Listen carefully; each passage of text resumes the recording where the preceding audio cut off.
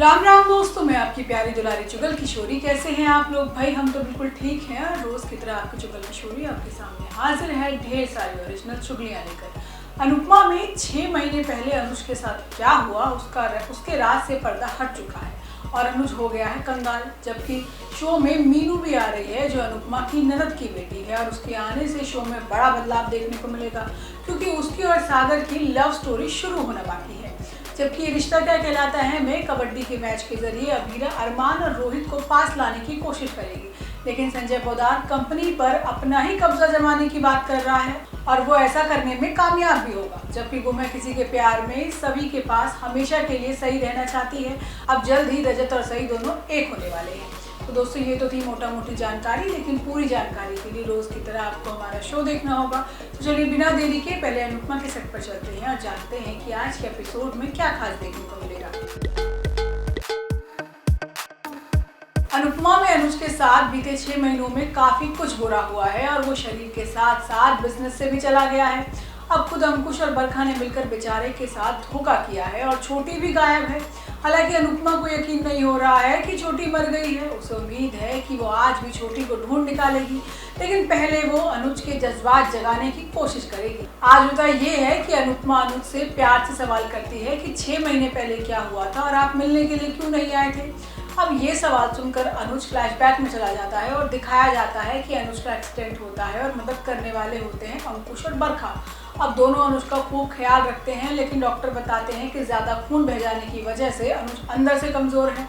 अब अनुज का बिजनेस भी अंकुश ही संभालता है और धोखे से अनुज से सारी प्रॉपर्टी पर साइन करा लेता है।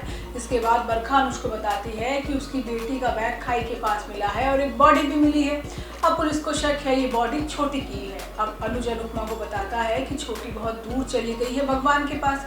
अब इस बात को सुनकर अनुपमा को धक्का लगता है और वो चिल्ला पड़ती है। वहीं अनुज कहता है कि अंकुश भाई ने ही उसे ये बात बताई है, लेकिन अनुपमा आगे कहती है कि मेरा दिल जानता है कि वो ठीक है। अब भले ही भगवान ही कहे, लेकिन मुझे इस बात पर विश्वास नहीं होगा। अब अनुपमा के ऊपर दो जिम्मेदारी आ गई हैं। उसे अनुज को भी संभालना है और छोटी को भी ढूंढना है, लेकिन कहा जा रहा है कि बरखा ने प्रॉपर्टी के लिए छोटी को ही गायब कर दिया है जिससे वो प्रॉपर्टी में हिस्सा ना ले सके। अब इस बात में कितनी सच्चाई है ये तो समय ही बताएगा, लेकिन शो में मीनाक्षी ठक्कर यानी मीनू की एंट्री होने वाली है जो एक डॉक्टर बन गई है। कहानी में आगे सागर और मीनू की दोनों की लव स्टोरी दिखाई जाएगी, लेकिन बा ने तो पहले ही अनुपमा को चेतावनी दे दी है कि वो मीनू से दूर रहे। लेकिन अनुपमा को ये नहीं पता कि सागर जिस मीनाक्षी ठक्कर की बात कर रहा है वही उसकी मीनू है। वही अनुज को देखने के बाद एक बार फिर वनराज का गुस्सा भी देखने को मिलेगा जो अनुपमा से लड़ता हुआ नजर आएगा। इतना ही नहीं, वो उसे मेंटल हॉस्पिटल में भी भर्ती कराने की बात कहेगा, लेकिन अनुपमा इसके खिलाफ होगी और अपने साथ ही अनुज को रखेगी। जबकि ये रिश्ता क्या कहलाता है में कावेरी यानी दादिसा और संजय ने मिलकर चाल चली है और अरमान को पोद्दार फर्म से बाहर का रास्ता दिखा दिया है। अब अपने भाई रोहित के लिए बेचारा अरमान सब कुछ छोड़ने को तैयार है। वहीं दूसरी तरफ अभीरा अरमान और रोहित को एक करने की सारी कोशिशें कर रही हैं। अब जल्द ही शो में कबड्डी का मैच भी होने वाला है, लेकिन आज आप देखेंगे कि रोहित को केविन और अरमान दोनों के केस मिल गए हैं, लेकिन वो समझ नहीं पा रहा है कि एक साथ वो इतना सारा काम कैसे करे। अब संजय इसी बात का फायदा उठाता है और कावेरी से कहता है कि रोहित को गाइड करने के लिए किसी की जरूरत है और अगर अरमान को मौका दिया गया तो वो फिर से केस और केविन दोनों हड़प लेगा। इससे अच्छा है तो आप मुझे मौका दे दें। अब अरमान की नफरत में अंधी दादिसा संजय को रोहित की कमान संभालने के लिए दे देगी। वहीं दूसरी तरफ अभीरा को मनीषा से पता चलता है कि अरमान से उसका केबिन और केस दोनों ले लिए गए हैं। अभीरा को दुख होता है और वो अरमान के घर आने पर उससे बात करती है और समझाती है कि ये सब दादिसा उससे बदला लेने के लिए कर रही है।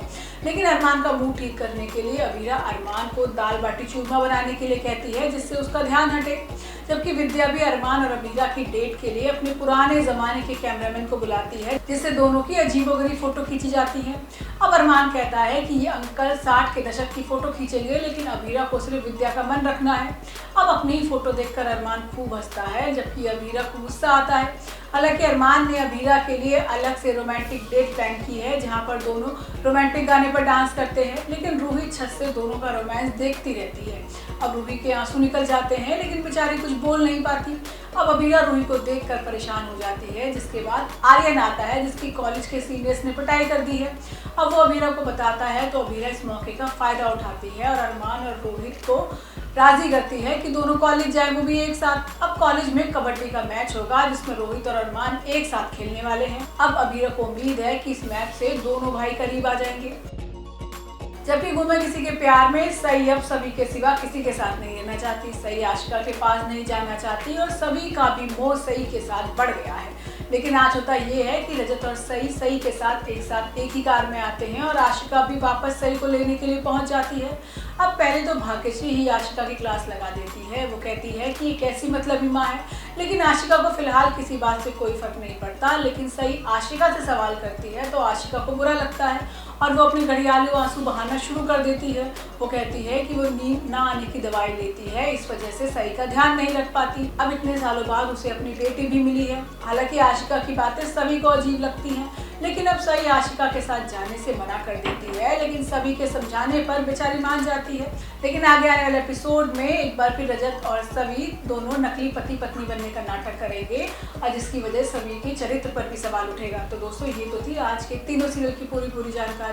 आपको हमारा शो कैसा लगा हमें लाइक कमेंट करके जरूर बताइएगा और अगर आपने हमारे चैनल को सब्सक्राइब नहीं किया है तो यहाँ से वो भी कर लीजिएगा। हम आपसे फिर मिलने आएंगे इसी समय पर नई जानकारी के साथ। राम राम।